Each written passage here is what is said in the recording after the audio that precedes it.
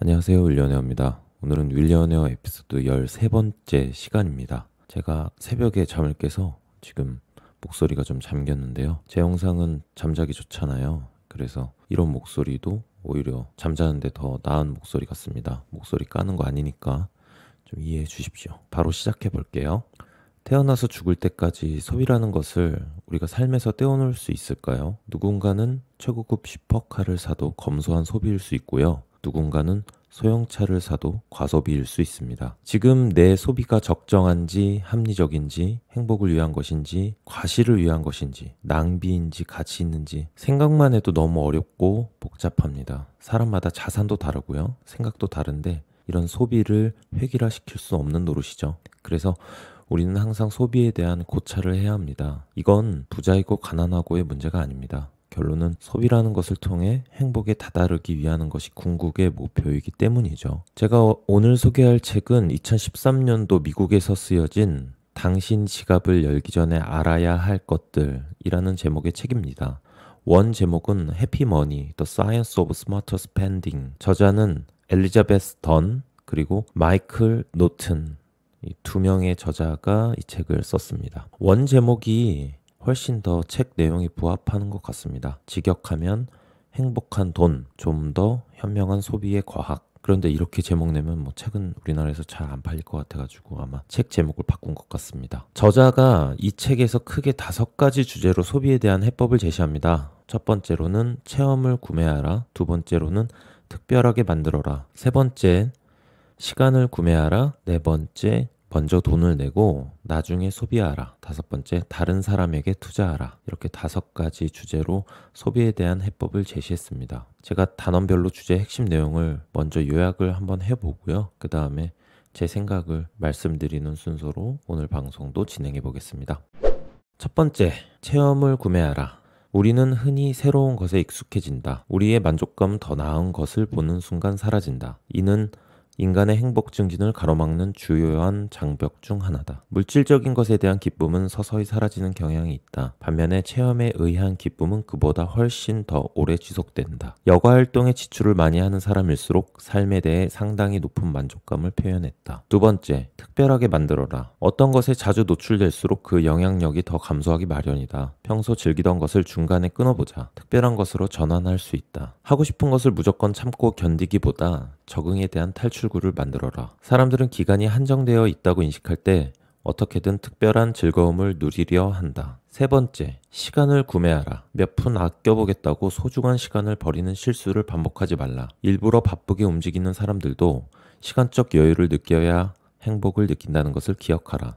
시간을 기부함으로써 시간 여유를 느끼듯이 약간의 변화만 주어도 행복을 얻는 뜻밖의 효과를 거둘 수 있다. 긴 통근 거리를 감수해 좋은 직장과 집을 얻을 수 있다 해도 장거리를 통근하다 보면 좋은 집도 실증나고 자신의 일에도 그다지 만족하지 못하게 된다는 것을 기억하고 이를 생활 속에서 적용하라. 네 번째, 먼저 돈을 내고 나중에 소비하라.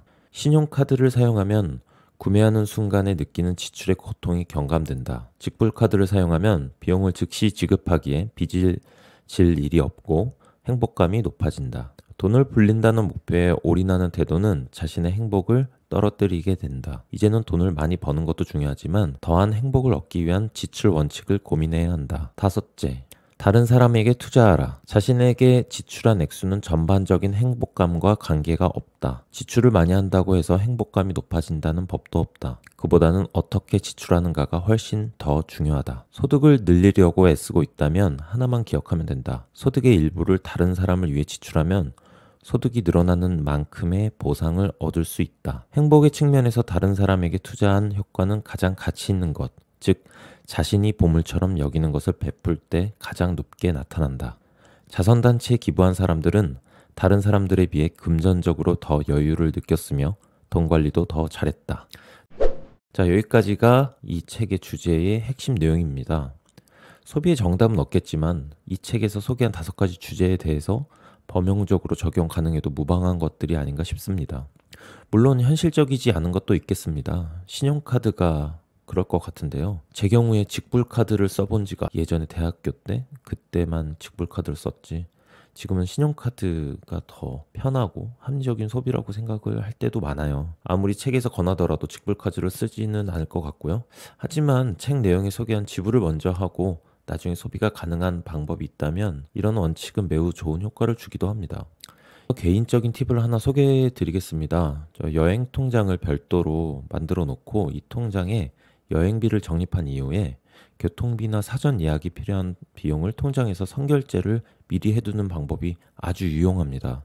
그러면 즐거워야 할 여행의 순간순간에서 부담스럽게 작용할 수도 있을 만한 비용이 있더라도 매 순간 이거를 뭐 얼마지 이거 뭐 이런 걸 별로 체크할 필요가 없죠. 따져볼 필요가 없고 여행 중에 현장에서 쓰게 되는 경비도 모아둔 통장에서 지출하게 된다고 생각하면 그 여행 기간 동안에서의 지출 비용에 대한 부담은 거의 없게 됩니다. 제가 책 내용을 전적으로 따르라고 권하고 싶지는 않습니다. 소비는 매우 주관적이고 법칙과 기준이 있지 않습니다.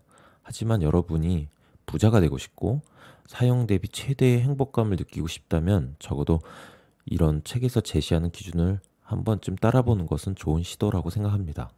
하지만 해보고 도저히 견딜 수 없는 것이 있다면 그만해도 좋습니다. 누군가는 스타벅스 커피 한 잔에 스포츠카를 타는 즐거움만큼 달콤할 수 있는 게 이런 커피 한 잔일 수도 있잖아요. 이런 것마저 포기하라고 할 수는 없는 노릇이죠. 그런데 다른 누군가는 커피를 마신다는 게 그저 카페인을 충전하는 것이 목적일 수도 있습니다. 이런 사람한테는 커피 믹스 먹는 것도 나쁘지 않은 선택이죠. 이 사람이 스타벅스 커피를 습관적으로 마시는 게 과연 내가 필요한 것, 그게 뭐냐? 카페인.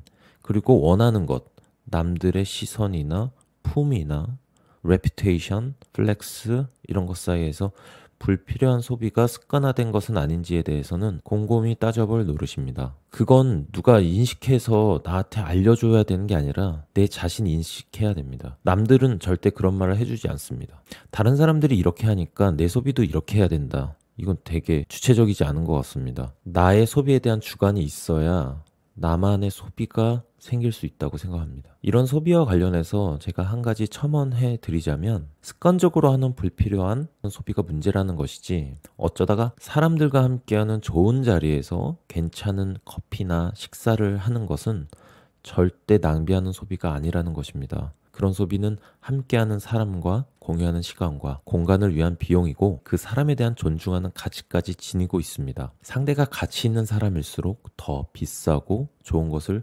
대접해도 좋다고 생각합니다.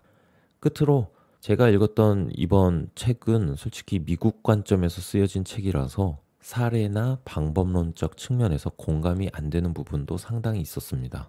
그래서 맥락만 머릿속에서 가져오려고 노력했고요. 어쨌든 원칙은 다 같다고 생각합니다. 그리고 나한테 없는 부분을 발췌해서 접목하는 것이 우선입니다. 책을 읽어도 이게 그냥 지식적으로만 머릿속에서 맴돌고 떠나면 아무 의미가 없죠. 여러분들의 삶에서 어떻게 접목할 수 있는지 항상 고민해 보는 게 필요한 행동 양식이라고 생각합니다. 혹시나 제가 오늘 말씀드린 이 책을 접하게 되신다면요. 꼭 본인의 소비에 대해서 전체적인 관점에서 그리고 개인적인 관점에서 이걸 구분해서 보다 행복한 소비를 위해서 부족한 부분과 버려야 할 부분에 대해서 생각해보는 시간을 한 번쯤은 갖는 게 어떨까 제안드립니다. 우리가 잘 벌어야 잘 사는 것일까요? 잘 아껴야 잘 사는 것일까요? 또는 잘 모아야 잘 사는 것일까요? 저는 잘 써야 잘 사는 것이라고 생각합니다.